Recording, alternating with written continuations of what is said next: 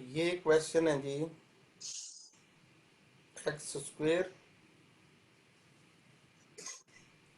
Minus 5x plus k is equal to 0। और यहाँ पे एक हेल्पिंग इक्वेशन लिखी हुई है 3 alpha plus 2 beta is equal to 12। ये इक्वेशन को ज़रा देखना है, ये बड़ी हेल्पिंग इक्वेशन है। अभी हम चलते हैं अपने क्वेश्चन की तरफ। यहाँ पे a is equal to 1, b is equal to -5, c is equal to k। ये आ गया। अब आपके पास तीन वैल्यूज तो हो गई। लेट रूट्स, अब इसमें कोई शर्त तो रखी नहीं हुई। Let roots are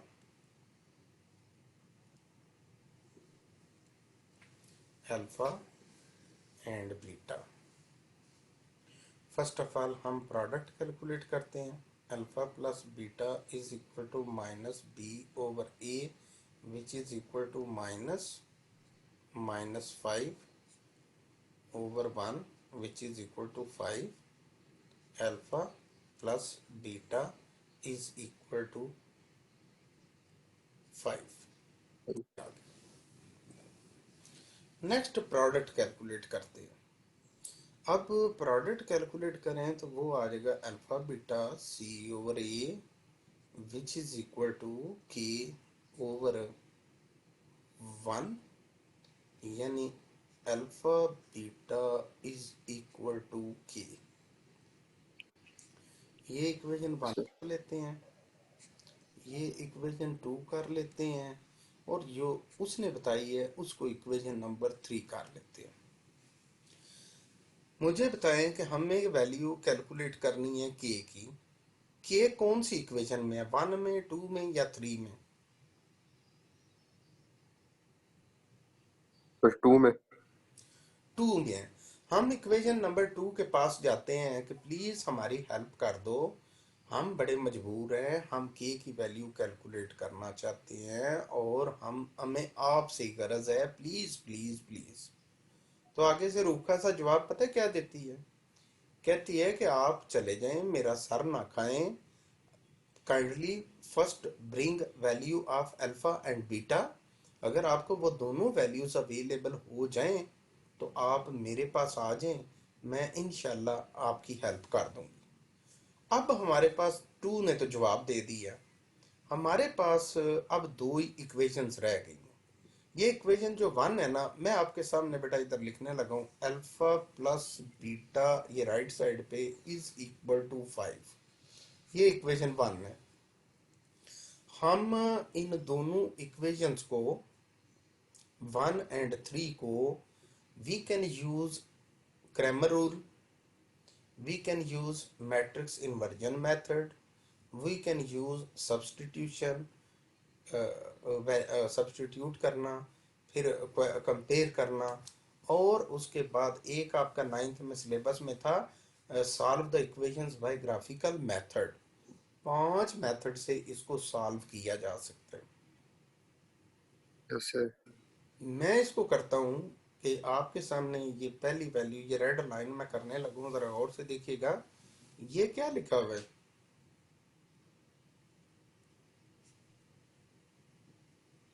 3 alpha.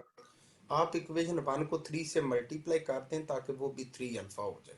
Multiply both side equation 1 by 3। ये इस साइड को भी 3 से कर दिया और दूसरी साइड को भी 3 से कर दिया।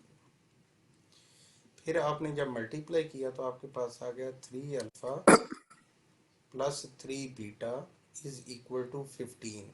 ये हमारे पास आ गई equation 4।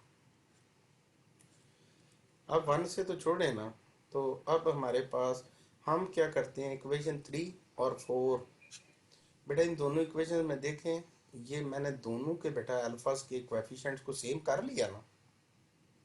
Yes sir.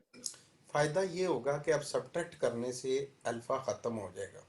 Subtract equation 2 from, sorry 4 from 3 या 3 फ्रॉम 4, कोई भी कर सकते हैं। सब्ट्रैक्ट इक्वेशन 4 फ्रॉम 3 3 ऊपर लिखते हैं, 3 alpha, 2 beta is equal to 12, और नीचे लिखते हैं 4, 3 alpha plus 3 beta is equal to 15, और सब्ट्रैक्ट करने से ही अल्फा की वैल्यू कैंसिल हो सकती हैं। तो सब्ट्रैक्ट का जस्ट मतलब ही होता है कि नीचे बेटा जिसका प्लस साइन है खत्म करके माइनस, प्लस है माइनस, इसका भी प्लस है, ये भी क्या हो जाएगा, 15 का भी प्लस था माइनस, तो ऐसी सिचुएशन में 3 अल्फा कट गया, ये क्या बचा, minus beta is equal to -3, और माइनस माइनस से भी कट गया, तो बीटा कितना आ गया। 3. किसी आसान सी इक्वेशन में पुट कर लो, put beta is equal to 3 in equation number 1 ही बेहतरीन रहेगी, कि उसमें alpha plus beta is equal to 5 है ना, तो बेटा हम लिखते हैं अल्फा, बीटा की वैल्यू 3 इज इक्वल टू 5, तो अल्फा किसके इक्वल आ गया, 5 माइनस 3, और अल्फा इज इक्वल टू 2 आ गया। Okay, sir. Put value of alpha and beta in equation number, कौन सी, जिसने शुरू में हमें कहा था कि आप अल्फा बीटा ले आओ, मैं आपको के की वैल्यू दूंगी इन इक्वेशन 2, जिसमें के मौजूद है। तो बेटा के तो आपके सामने लिखा हुआ है is equal to alpha beta, यहाँ पे k is equal to alpha की वैल्यू हमारी निकली 2, और बीटा की क्या निकली थी 3, और के इज 3. Equal to 6।